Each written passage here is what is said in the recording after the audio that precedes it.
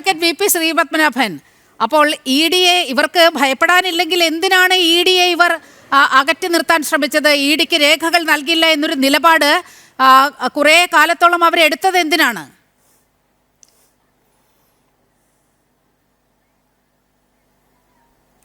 അല്ല, ഇന്നത്തെ ദിവസം നമ്മളെ ഈ കിഫ്ബിയുടെ ഫോറിൻ ഫണ്ട് സ്വീകരിച്ചതുമായി ബന്ധപ്പെട്ട വിഷയത്തിൽ ഇ ഡിയുടെ അന്വേഷണം തുടരാമെന്ന് കേരള ഹൈക്കോടതിയുടെ ഡിവിഷൻ ബെഞ്ച് പറഞ്ഞ ദിവസമാണ്. അതായത് കിഫ്ബിക്കെതിരെയുള്ള ഇ ഡി അന്വേഷണം സിംഗിൾ ബെഞ്ച് സ്റ്റേ ചെയ്തതിനെതിരെ ഇ ഡി കൊടുത്ത അപ്പീലിൽ അപ്പോൾ എന്തിനാ ഇതിനൊക്കെ തൊട്ടേനും പിടിച്ചതിനൊക്കെ ഒന്നും പേടിക്കാൻ, മടിയിൽ കനമില്ല ഇതിനൊക്കെ പോയിട്ട് പിന്നെ സ്റ്റേ വാങ്ങിക്കുന്നത്? നിങ്ങൾ അന്വേഷിച്ചോ, നിങ്ങൾക്ക് ഏത് കടലാസാണ് വേണ്ടത്, ഇതാ പിടിച്ചോ, നിങ്ങൾ അന്വേഷിച്ചോ എന്ന് പറയല്ലേ വേണ്ടത്. മടിയിൽ കനമില്ലാത്തവൻ, മടിയിൽ കനമല്ല, മടിയിൽ മലയുണ്ട്, മല. അതുകൊണ്ടാണ് ഇത്ര ഭയം.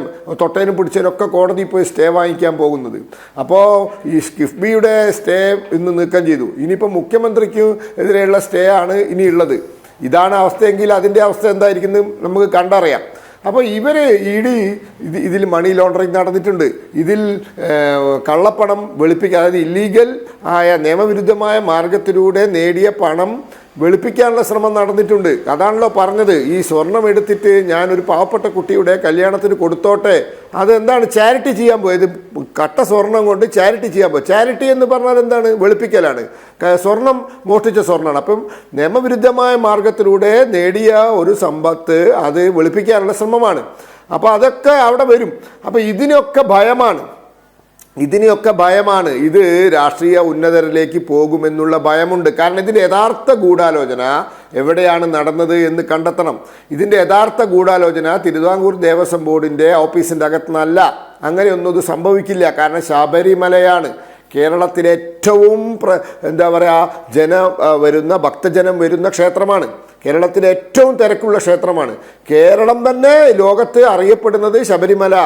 കേരള എന്ന് പറഞ്ഞാൽ ശബരിമല എന്നാണ് വടക്കേ ഇന്ത്യക്കാരും മറ്റ് രാജ്യക്കാരും ഒക്കെ പറയുക. അപ്പോൾ അങ്ങനത്തെ ഒരു സ്ഥലത്ത് ഇത്ര വലിയൊരു തട്ടിപ്പ് നടത്തണമെങ്കിൽ അതിന് മുകളിൽ നിന്നും സമ്മതം കിട്ടിയിട്ടുണ്ടാകും. അവർക്കിതിൻ്റെ ഷെയർ പോയിട്ടുണ്ടാവും. കാരണം ഈ കൊണ്ടുപോയ സാധനമല്ല തിരിച്ചു കൊണ്ടുവന്നത് എന്ന് സംശയമുണ്ട് എന്ന് ഹൈക്കോടതി പറഞ്ഞിട്ടുണ്ടല്ലോ. ഈ കൊണ്ടുപോയതൊക്കെ തന്നെയാണോ തിരിച്ചു കൊണ്ടുവന്നത് അറിയില്ല, അതൊക്കെ പരിശോധിക്കണം. കാരണം 4.5 കിലോ വ്യത്യാസമുണ്ട്.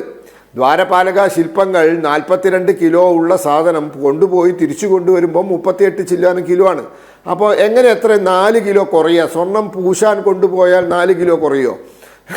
അപ്പോൾ അവിടെ ഈ സാധനം തന്നെ മാറ്റിയിട്ടുണ്ട് എന്ന സംശയമുണ്ട്. അപ്പോൾ അതൊക്കെ വലിയ അന്താരാഷ്ട്ര മാർക്കറ്റിൽ വലിയ കോടാനുകോടി രൂപയ്ക്ക് മറച്ചു വിറ്റിട്ടുണ്ടാവും. അങ്ങനെ ഒരു സംശയമുണ്ട്. അപ്പോൾ അവിടെ മണി ലോണ്ടറിങ് വരും, ഫോറിൻ വയലേഷൻ വന്നു, വിദേശ പണം വന്നിട്ടുണ്ടാകും.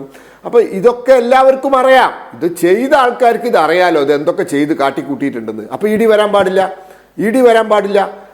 പിന്നെ ശങ്കർദാസിനെ അറസ്റ്റ് ചെയ്യാൻ പാടില്ല, അല്ലെങ്കിൽ വിജയകുമാറിനെ അറസ്റ്റ് ചെയ്യാൻ പാടില്ല. അപ്പോൾ അന്വേഷണം അവിടെ നിന്നു.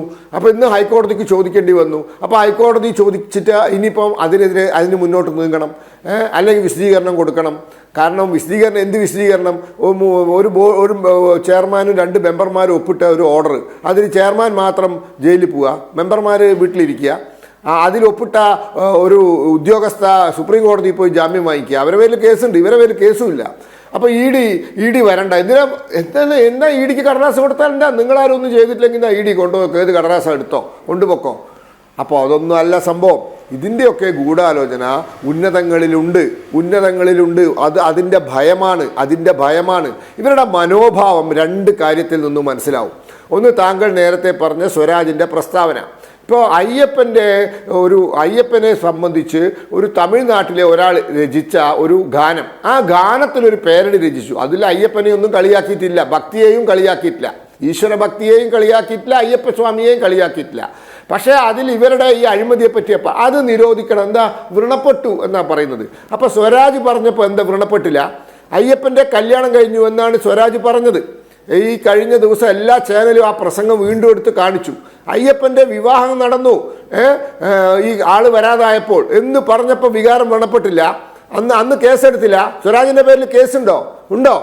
പിന്നെ നിങ്ങൾ അയ്യപ്പ സംഗമം ഉദ്ഘാടനം ചെയ്യാൻ നിങ്ങൾ ആരെ ക്ഷണിച്ചത്? സനാതന ധർമ്മം ഡെങ്കുവാണ്, മലേറിയയാണ്, അതിനെ ഉന്മൂലനം ചെയ്യണം. സനാതന ധർമ്മം ഡെങ്കു ആയതുകൊണ്ടും മലേറിയ ആയതുകൊണ്ടും, അതായത് വിഷമുള്ള വൈറസാണ്, മനുഷ്യരാശിക്ക് ദോഷം ചെയ്യുന്ന വൈറസാണ് സനാതന ധർമ്മത്തിനെ ഉന്മൂലനം ചെയ്യണമെന്ന് പറഞ്ഞ വിദ്വാൻമാരെ അല്ലേ അയ്യപ്പ സംഘം ഉദ്ഘാടനം ചെയ്യാൻ ക്ഷണിച്ചത്. അപ്പം മനോഭാവവും ഉദ്ദേശവും മനസ്സിലായല്ലോ. അപ്പം ഇതാണ് മനോഭാവ ഉദ്ദേശമെങ്കിൽ നിങ്ങൾ എന്തൊക്കെ ചെയ്തിട്ടുണ്ടാകും. അതുകൊണ്ടല്ലേ ഈ പേടി. ഈ ഇഡിക്ക് കടലാസ് കൊടുക്കില്ല, ഈ അന്വേഷണം ചവിട്ടിപ്പിടിച്ചു, ഹൈക്കോടതി നിരന്തരം ചീത്ത പറഞ്ഞ, എന്നിട്ട് അന്വേഷണം കേസ് ഡയറി പരിശോധിക്കുന്നത് ജാമ്യം കൊടുക്കുന്ന കോടതിയാണ്. മൊത്തം കേസ് ഡയറി ജാമ്യം വാദം കേൾക്കുന്ന കോടതി പരിശോധിക്കും.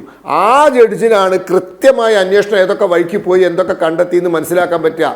കാരണം അത് ഒരു ഇൻവെസ്റ്റിഗേഷൻ്റെ ഫുൾ കേസ് ഡയറി പരിശോധിക്കും. ആ കേസ് ഡയറി പരിശോധിച്ചിട്ടാണ് പറഞ്ഞത് എന്താ ഇവർക്കെതിരെ നടപടി ഇല്ലാത്തത്, എന്താ റാവുകൾ ഉന്നത വ്യക്തികളിലേക്ക് എന്താ അന്വേഷണം പോകാത്തതെന്ന് ചോദിച്ചിട്ടുള്ളത്. അപ്പോൾ ഉരുളാനൊന്നുമില്ല. സംഭവം നമ്മളൊക്കെ വിചാരിച്ചതിനേക്കാൾ വലിയ അപകടമാണ് സംഭവിച്ചിട്ടുള്ളത്. ഉരുണ്ടിട്ടൊന്നും ഒരു കാര്യമില്ല, ഉരുണ്ടിട്ടൊന്നും രക്ഷപ്പെടാനും പോകുന്നില്ല. ഇത് മനസ്സിലാക്കിയാൽ നന്ന്.